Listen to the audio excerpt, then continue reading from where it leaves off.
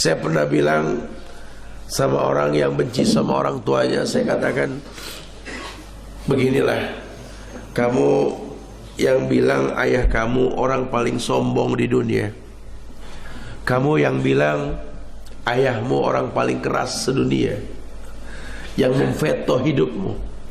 Coba sekali-kali kamu lihat ketika ayahmu sedang tidur, coba lihat. Coba kita buktikan hatimu batu atau hati layaknya manusia. Lihat ketika ayahmu tidur. Lihat. Di saat-saat dia tidak tidur di kasurnya, ya di balai atau di sofa, lihatlah. Tatap wajah orang tua kita coba. Ya Allah, subhanallah, ayah. Betul, ayah saya bukan ayah saya 20 tahun yang lalu ya.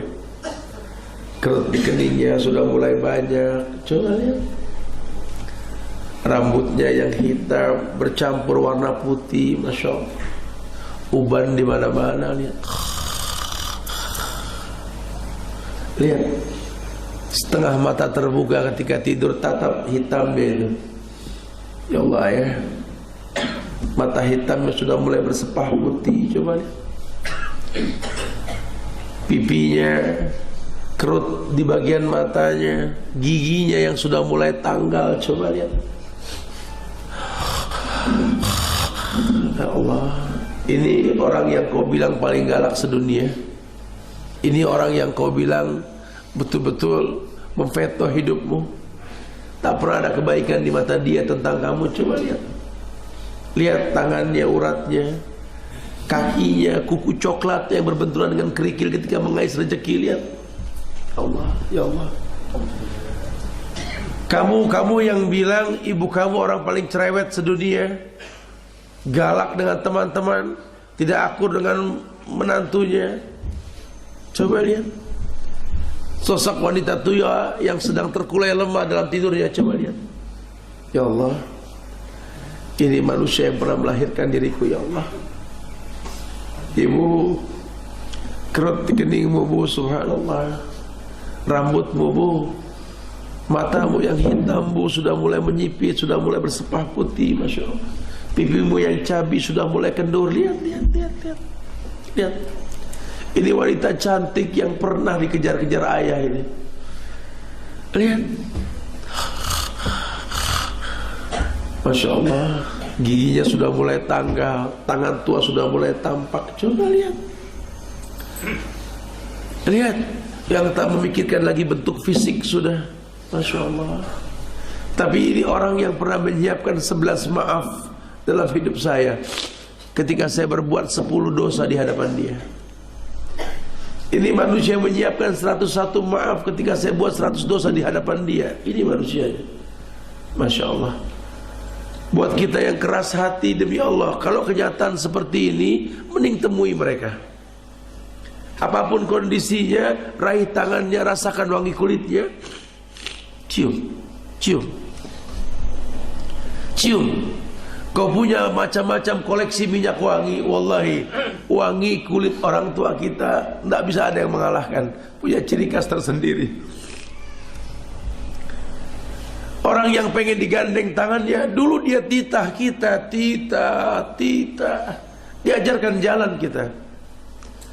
Sekarang kita datang menggandeng seorang wanita, bertemu dengan mereka. Ibu, ayah, lihat yang kubawa. Cium tangan keduanya, kemudian berbalik meninggalkan mereka. Bukan mereka bahagia. Mereka lihat tangan tua mereka, ya Allah. Udah berapa lama tangan ini tak digandeng dengan dia. Dia gandeng tangan istrinya, berharap dipuji kedua orang tuanya. Kadang orang tua kita seperti anak kecil, dia cemburu. Dia cemburu, Masya Allah. Dia cemburu. Sudah berapa lama tangan ini tidak digandeng olehnya. Dia cemburu, demi Allah dia cemburu. Kita gandeng pundak pasangan kita, berbalik badan kita dari dia setelah kita mencium tangannya. Dia lihat dari kejauhan anaknya menggandeng anak orang. Ya Allah, udah berapa lama pundak ini tak digandeng olehnya. sensitif sekali, sehingga kita rasa kenapa orang tua saya cemburunya tinggi sekali, Ustaz. Wallahu a'lam bishawab. Saya nggak paham. Kamu mempertontonkan sebuah tingkah laku yang demi Allah, yang terkadang kamu tidak tahu bahwa pada hakikatnya menyakiti dirinya. Ini terjadi bukan tidak. Masya Allah. Ini mobil BH 1315 HV Avanza merah marun menghalangi mobil warga yang mau keluar. Fadhol. Ya, kita jaga adab-adab dalam menuntut ilmu. Ini mobil Avanza merah marun. Silakan. Ya. Sehingga kadang-kadang seorang anak berkata, saya bingung sama orang tua saya. Saya bingung benar. Kenapa? Saya salah aja di mata dia, Ustaz. Enggak. Sebenarnya kamu nggak salah, cuma kamu nggak ngerti dia. Kan saya sudah jadi pengusaha hebat, Ustaz. Harusnya dia bangga dong. Kan saya juga dididik sama dia. Malah dia kecewa sama saya, Ustaz. Kecewa kenapa? Ya nggak paham, nguring-nguring aja. Berawal dari ketika saya buatkan sebuah parcel indah buat partner bisnis saya. Ibu saya berkata, ini indah sekali nak. Kau susun buah sedemikian rupa, kau tutup dengan plastik yang indah di pandang mata. Ya, ibu saya puji, saya bilang iya. Ini parcel, sengaja ku buat seindah ini, Bu. Ini untuk sahabat bisnis saya, Bu. Karena ini orang Masya Allah, Bu. Kalau kita nggak bisa kasih hadiah yang terbaik, kita pun nggak dapat yang terbaik dari dia. Kamu tahu, hatinya terlukai. Ya Allah, nak. Pernah gak kamu bikinkan ibu parcel seindah ini? Plastik yang indah membungkus buah yang akan kau beri. Coba pernah gak kita buatkan seperti itu? Kau susun buah-buah duku, buah-buah anggur seperti berlian di antara tumpukan buah yang besar lainnya dalam sebuah parcel. Sesisir pisang bak butut merak yang indah. Kamu ingat, kamu pernah belikan mereka buah-buahan itu dengan tas kresek yang tak layak pandang. Lima seoles lagi. Lihat. Kamu tahu kenapa dia kesinggung? Ketika dia bertanya sama kamu, wahai anakku tampan sekali kau hari ini, nak. Mau kemana? Oh iya, Bu, ini baju saya pakai ini karena memang saya pengen ketemu sama partner bisnis saya. Kalau nggak rapi ketemu dia ini kayaknya nggak senonoh lah. Harus yang rapi, Bu. Seoles lagi. Hatinya berkata, nak, itu manusia yang kau temui dalam penampilan yang seperti ini dibanding diri ini lebih hebat mana, nak? Pernahkah kau berdandan setampan ini untuk bertemu ibumu? Pernahkah kau berdandan setampan ini untuk menemui ayahmu? Tidak. Ini yang terjadi. Kadang-kadang kita tidak paham. Banyak hal-hal yang menyindir dirinya. Dia manusia.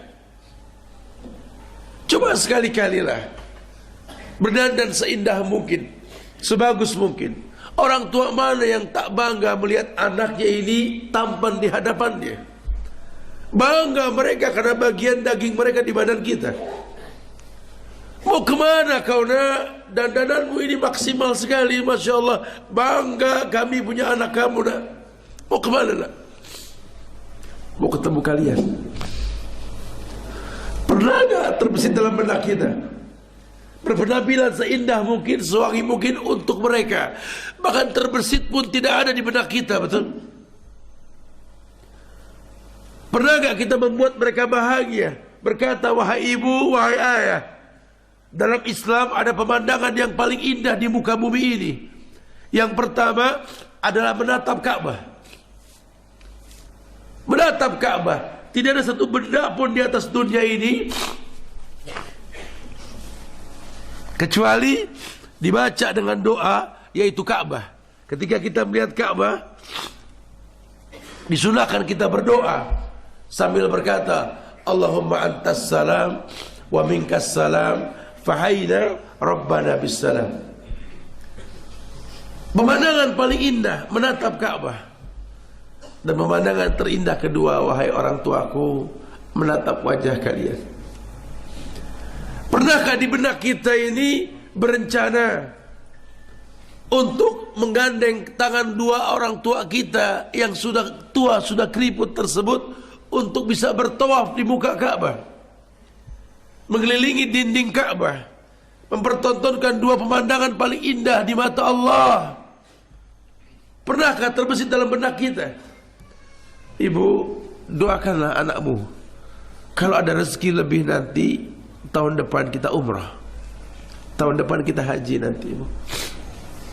Kan ku bawa kau menuju titik tempat orang sujud, yakni Ka'bah, Baitul Atiq, Ka'bah Al-Mukarramah. Pernah gak terbesit dalam benakmu seperti itu? Wallahi, kadang-kadang kita gak terfikir. Dunia ini bergulir, berganti waktu, tak terasa umur ini bukan makin muda, makin tua. Kesempatan berbuat baik pun semakin sedikit. Pantas hidup ini tak pernah berujung, semua berisikan masalah. Karena demi Allah, kita lupa ada mata tua yang menanti kita. Kita lupa ada orang tua yang ingin ditengok oleh kita. Masya Allah. Kita lupa memuliakan mereka. Padahal demi Allah, Allah jamin ridallah fi ridal walidain wa sukhtullah fi sukhtil walidain. Ridhonya Allah ada di ridho orang tua, murkanya pun sama. Ridha Allah fi ridal walidain wa sukhtullah fi sukhtil walidain. Bagaimana kita bisa menaklukkan dunia tanpa ridho mereka? Terasa berat hidup ini, iya, karena nggak ada formula yang mempermudahnya. Padahal kau punya kedua orang tuamu. Bagaimana kalau kami sudah tidak punya orang tua, Ustaz? Kau punya om, kau punya tante, kau punya am, kau punya amma. Temui mereka, itu pun orang tuamu. Aisyah tak memiliki anak, dipanggil Ummu Abdillah. Apa? Tantenya Abdullah, ibunya Abdullah. Abdullah siapa? Anak Asma binti Abu Bakar, saudaranya. Ini tantemu, ayah, ibumu. Ommu adalah ayahmu. Temui mereka, bahagiakan mereka. Buat yang sudah meninggal bagaimana? Ziarahi kuburnya. Zurul kubur tuzakkirukumul maut. Ziarahi kubur untuk kita ingat mati. Bahwa kita pun punya anak, kita pun punya keturunan, betul? Irhamu man fil ardi yarhamukum man fis sama. Belajar mencintai yang di bumi, yang di langit pun mencintaimu. Baik yang di bumi masih hidup maupun sudah mati. Masih hidup, cintai, sayangi, doakan mereka, berikan nafkah sama mereka. Yang sudah mati, doakan mereka. Ini bentuk cinta. Irhamu man fil ardi yarhamukum man fis sama. Kau cintai yang di bumi, yang di langit pun mencintaimu. Masya Allah. Membuat ikatan, memuliakan orang tua. Kalau masih hidup, mudah kita temui mereka. Kalau sudah mati, bagaimana, Ustaz? Doakan. Lawang Nabi pernah dibentangkan alam barzah. Nabi melihat orang yang sedang dicambuk oleh malaikat. Dicambuk oleh malaikat. Mendadak berhenti cambuk malaikat. Si mayit bertanya, lima takifu min tarbik. Kenapa kau hentikan cambukanmu padaku, wahai malaikat? Dia tanya sama malaikat, lima takifu min tarbik. Kenapa kau hentikan cambukanmu, wahai malaikat? Kata si mayit ini. Kata malaikat, bagaimana aku bisa mencambukmu? Sementara di dunia sana, di alam dunia, anakmu selalu beristighfar untukmu. Masya Allah. Istighfar anak yang soleh bahkan bisa menghentikan azab kubur orang tuanya. Masya Allah. Ini kan memuliakan mereka. Cuma kalau penyebabnya nggak dibuat, bagaimana kita bisa memuliakan ini semua? Wa yadubillah wa na'udzubillah. Jamaah yang Allah muliakan demi Allah, wajibnya kita mengerti bahwa ada keberkahan yang paling dekat dalam hidup kita, orang tua. Makanya Nabi mengatakan rogi ma'anfu, rogi ma'anfu, rogi ma'anfu. Rugi, rugi, rugi, kata Rasulullah. Siapa yang rugi, wahai Rasulullah? Sahabat bertanya. Orang yang masih punya orang tua enggak dapat kemuliaan dari Allah. Maka cintailah ibumu, ibumu, ibumu, ayahmu. Secantik apapun istrimu, selucu apapun anak-anakmu, sehebat apapun kamu di mata mereka, di mata orang anak-anak kamu, tetap wallahi orang tua jangan jadi nomor 2 dalam hidup. Bagaimana kami orang perempuan, Ustaz, yang sudah menikah, sementara kami nggak bisa lagi untuk berbakti maksimal seperti dulu. Wallahi wahai akhwati fillah, ukhti yang semoga Allah muliakan, ketika terjadi ijab kabul, saya terima nikahnya Fulanah binti Fulan dengan mas kawin seperti yang disebutkan, dibayar tunai sah oleh saksi, maka saat itu tanggung jawab dari pundak ayahmu pindah ke pundak suamimu. Maka ulama mengatakan bakti seorang wanita kepada keluarganya, kepada suaminya, ya melayani anak-anaknya, itu adalah baktinya kepada kedua orang tuanya. Masya Allah. Maka bisa bukan tidak. Semoga Allah muliakan kita insya Allah. Ini janji yang paling indah. Wallahu alam bishawab.